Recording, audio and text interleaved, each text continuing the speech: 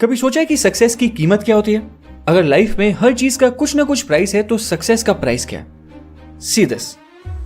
I regret that I working so hard, spend so little time with my family. And I regret that if I have another life, I would never do things like this. What's the one thing you said, God, I wish I had done that I haven't done? You know, thanking Melinda. It may be. I don't think you'd necessarily want to be me. Well, what's the worst part I about don't think you? people would like it that much. Well, most. अभी जो भी आपने सुना मैं उसको थोड़ा detail में explain करने वाला हूं। Let's start.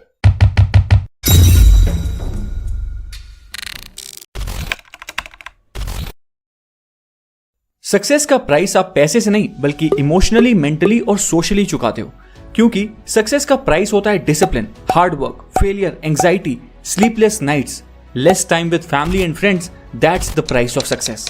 लेकिन पता है, सक्सेस का एक ऐसा प्राइस भी आपको चुकाना पड़ता है जिसके बारे में बहुत कम लोग बात करते हैं, और वो है लोनलीनेस। इसके ऊपर एक बुक भी लिखी जा चुकी है जिसका नाम है lonely at the top, written by Thomas joiner.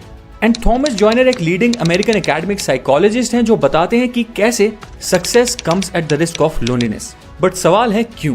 आखिर ऐसा क्यों कहा जाता है?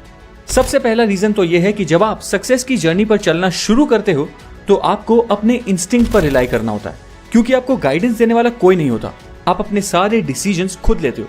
एंड जब आप धीरे धीरे लगातार ऐसा करते हुए आगे बढ़ते रहते हो तो एक ऐसा स्टेज आता है जब आप कंप्लीटली सेल्फ रिलायंट बन जाते हो, क्योंकि उस पॉइंट तक आपने जो कुछ भी अचीव किया होता है वो अपने दम पर किया होता है। एंड जब आपको ये एहसास होना शुरू हो जाता है तो ऑटोमेटिकली आप थोड़ा आइसोलेटेड फील करने लगते हो। क्यों? क्योंकि आप खुद चाह कर भी एक नॉर्मल क्राउड से रिलेट ही नहीं कर पाते। आपको एक नॉर्मल इंसान के बहुत सारे काम और उसका अपने टाइम को स्पेंड करने का तरीका थोड़ा वर्थलेस लगने लगता है। And this feeling itself leads to loneliness.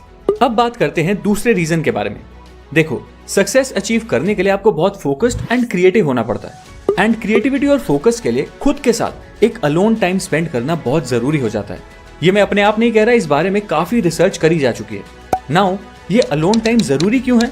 क्योंकि जब तक आप अपने आसपास की आउटर नॉइज को शट आउट नहीं कर पाओगे तब तक आपका माइंड फोकस कर ही नहीं पाएगा।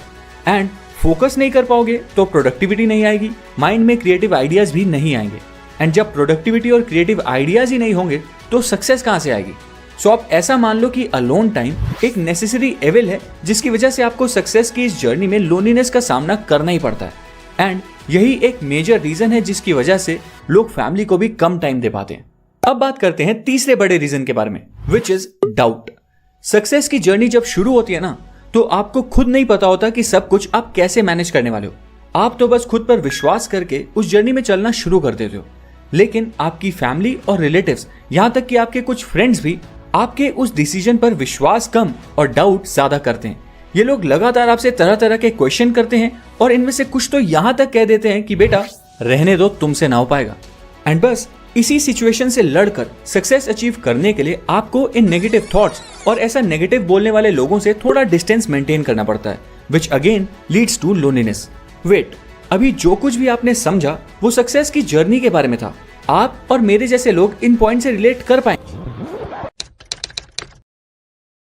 जुलाई 2021 में मेरी प्रमोशन हुई। मैंने उस प्रमोशन का अपडेट अपने लिंक्डइन पे पोस्ट किया। एंड यू नो व्हाट, मुझे कई लोगों के फोन आने शुरू हो गए। कई पुराने दोस्तों के फोन आए जिन्होंने मुझे पिछले कुछ सालों में एक बार भी कॉल नहीं किया था। बट पता है, इसमें से ज्यादातर फोन या मैसेजेस मुझे सिर्फ कॉन्ग्रेचुलेट करने के लिए नहीं आए थे, बल्कि उनमें से कई लोग तो बस यही जानना चाह रहे थे कि मैं उन्हें अपनी कंपनी में अब रेफर कर पाऊंगा या नहीं। कुछ टाइम पहले तक जिन लोगों को मैं यूजलेस लगता था, अब वो मुझे अपने नेटवर्क, अपने ग्रुप में इंक्लूड करने के लिए एक इंपॉर्टेंट इंसान समझने लगे। So being successful has a different price. देखो, सक्सेसफुल बनने के बाद लोगों पे विश्वास करना और भी मुश्किल हो जाता है, क्योंकि लोग अपने सेल्फिश मोटिव्स की वजह से आपसे बात करते हैं।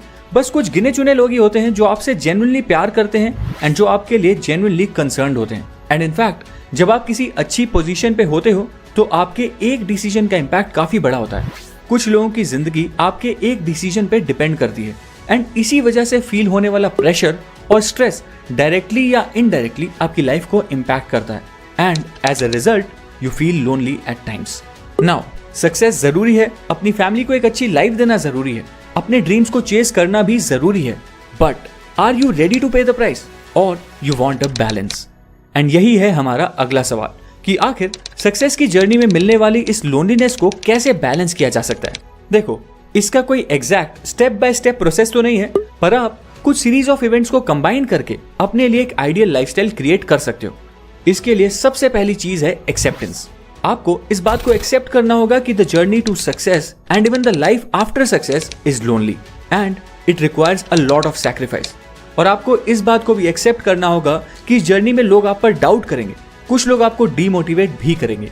ये एक्सेप्ट करते ही आप मेंटली इस चैलेंजिंग सी जर्नी के लिए तैयार हो जाओगे। और इस स्टेज को मैं बोलता हूं द एक्सेप्टेंस स्टेज। दूसरा स्टेज है कि आपको प्रिसाइजली पता होना चाहिए कि आपका गोल क्या है, ठीक वैसे ही जैसे महाभारत में अर्जुन को पता था। मैं ऐसा इसलिए बोल रहा हूँ क्योंकि ऐसा होने से आप अपने टारगेट से डेविएट नहीं होगे और आप अपने टाइम को फुली यूटिलाइज कर पाओगे। इस स्टेज में आपको एक क्लियर विजन क्रिएट करना है। अब ये तीसरा स्टेज लोनलीनेस को दूर करने का सबसे इंपॉर्टेंट स्टेज है। जब आपका विजन क्लियर हो जाए तो आपको लाइक माइंडेड लोगों को ढूंढना है एंड उनसे कनेक्ट करना है। वैसे शुद्ध हिंदी भाषा में इसे कहते हैं अपने लिए एक सही संगत चुनना। क्यों? क्योंकि एक डॉक्टर की स्ट्रगल्स एक दूसरा डॉक्टर ही अच्छी तरह समझ सकता है, एक पुलिस वाले की स्ट्रगल्स एक दूसरा पुलिस वाला ही अच्छी तरह समझ सकता है। मतलब जिन लोगों का माइंडसेट आपसे मैच करता है, जिनका जिंदगी को देखने का नजरिया आपसे मैच करता है, उन लोगों से ही आप बेहतर कनेक्ट कर पाओगे, दूसरों से नहीं। So focus on creating your own circle. अब बात करते हैं चौथे स्टेज के बारे में, जिसे कहते हैं शेड्यूलिंग। एक प्रॉपर शेड्यूल बनाने का सबसे बड़ा फायदा ये होता है कि आप अपनी फैमिली के लिए टाइम मैनेज कर पाते हो। आपको पहले से ही पता होता है कि कौन सा काम आपको कब करना है एंड किस समय पर आपको अपनी फैमिली को टाइम देना है। बट दोस्तों, सिर्फ शेड्यूल बनाना ही नहीं है, उसे फॉलो भी करना है। Now last but not the least, आप अपने फैमिली और फ्रेंड्स के साथ बैठिए और उनको बताइए कि आप क्या करना चाहते हो और उनको खुलकर जाहिर करिए कि आपको उनके सपोर्ट की जरूरत पड़ेगी। इससे होगा ये कि जब भी आपसे कोई मिस्टेक होगी तो वो उस पर सवाल नहीं करेंगे एंड उसकी जगह आपको सपोर्ट करेंगे, आपको मोटिवेट करेंगे। और इस इवेंट का नाम है क्रिएटिंग योर सपोर्ट सिस्टम।